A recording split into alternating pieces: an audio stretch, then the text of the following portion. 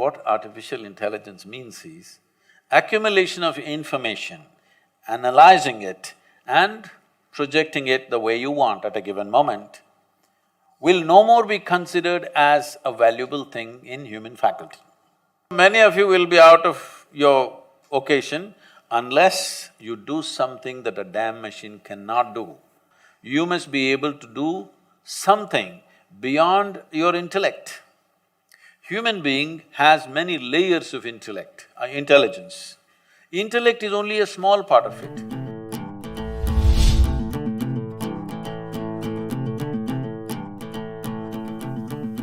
So, in today's technological world, we know that artificial intelligence and robotics are taking over. Those are the cutting edge technologies. So, what is your take on the interaction of such technologies with the intersection of such technologies and ancient practices such as meditations and yoga? Are you sure I'm real? Because last year and a half, they've been inviting me to speak in all sorts of artificial intelligence conferences in the world. I was just surprised, why are they asking me to come and speak about artificial intelligence, because I'm not an expert in the field, nor am I an artificial intelligence. So I asked them in one of the conferences, it was in St. Petersburg, I said, why are you guys inviting me to all these artificial intelligence conferences? I'm a natural intelligence, not an artificial intelligence. They said, the problem is, what are we going to do?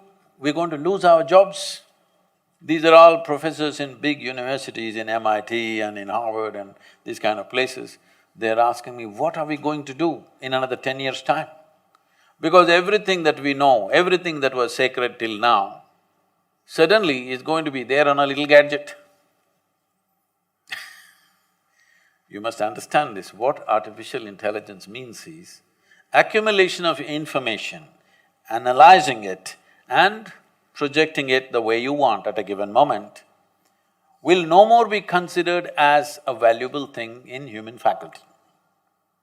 Because a simple gadget will do it much better than any human being. Already that Google lady is looking smarter than any of you, isn't it? She looks smarter than me, it's okay, I'm not educated, but you guys she's looking smarter than any of us or no? Anything you ask, without batting an eyelid, she tells us.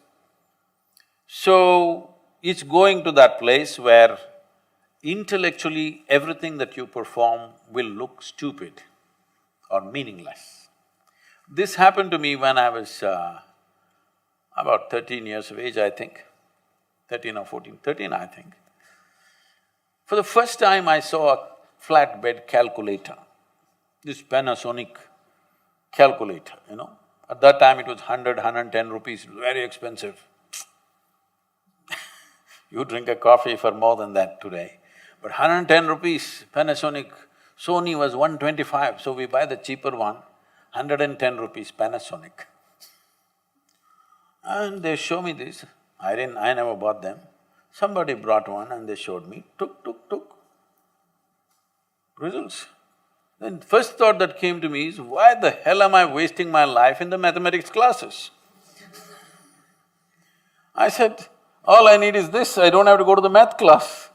Whatever question you ask, tuk, a 100-rupee thing can tell you why this torture for 10 years, going through this arithmetics and mathematics and all kinds of things. It can even do sin theta, cos theta, whatever nonsense you want.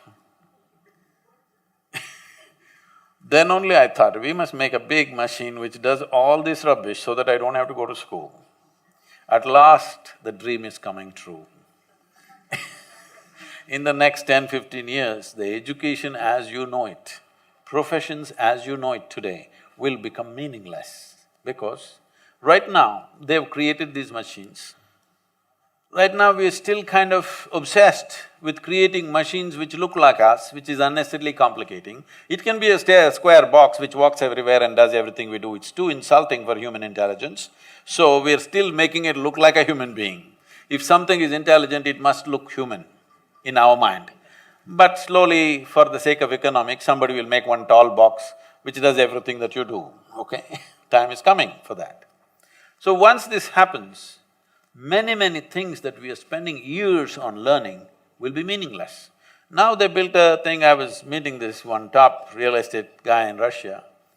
They're designing something that if a customer comes and says, what kind of house I want, what is my aesthetics, what is my culture, what I like, how it should be, and what's my budget.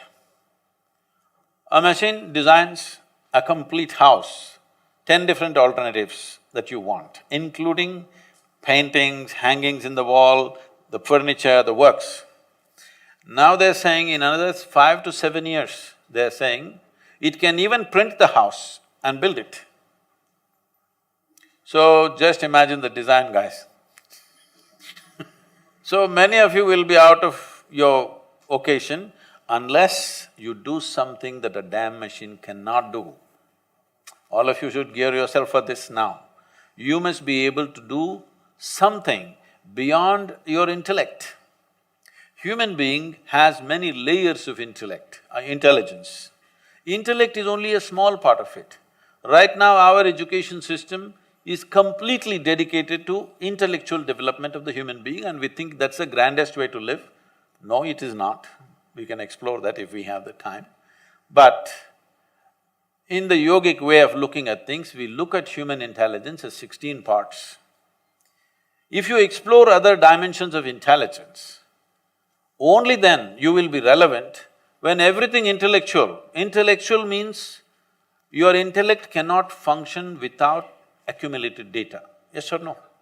Hello? Yes. Your intellect cannot function without accumulated data, is that so? Now, whatever is data assimilation, analysis and execution of that analysis, a machine will do better than you. A human being can always make mistakes, can always fudge information, but a machine is clear-cut. It will simply do those things. So everything that you can do intellectually will be meaningless in another 10 to 15 years' time. Maybe in India it will take 20 to 25 years' time, but inevitably it's going to happen. So you must be equipped with something beyond your intellect. When I say beyond your intellect, there are many ways to look at it. I will make a simplistic example. Simplistic because if we go into more sophisticated examples, we'll have to do a lot of exploration. We don't have that kind of time today. For example, what did you eat for lunch? Maggie.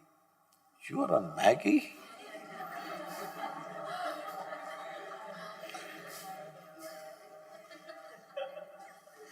Can't you… somebody take care of his nourishment? He's on Maggie?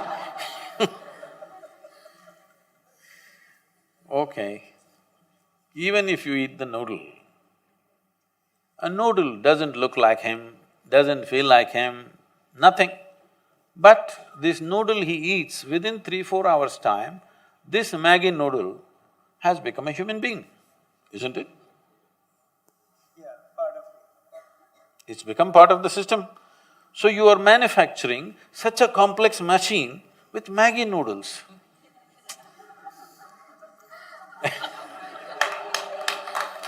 This is like a 3D printer. You put Maggi noodles into it. No, I am not made of Maggi noodles, okay? I eat better than that. But you put a chapati into this becomes a human body. This is the most sophisticated machine on the planet. You're manufacturing this with whatever food that you eat. And the food that you eat is just the soil that you walk upon. Yes or no? And it stands up. Isn't this a 3D printer? Hello? Does that intelligence exist within you or not? Not even in your brain, in your gut?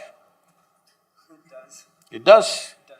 So if only you found conscious access to this dimension of intelligence, you would live magically, isn't it?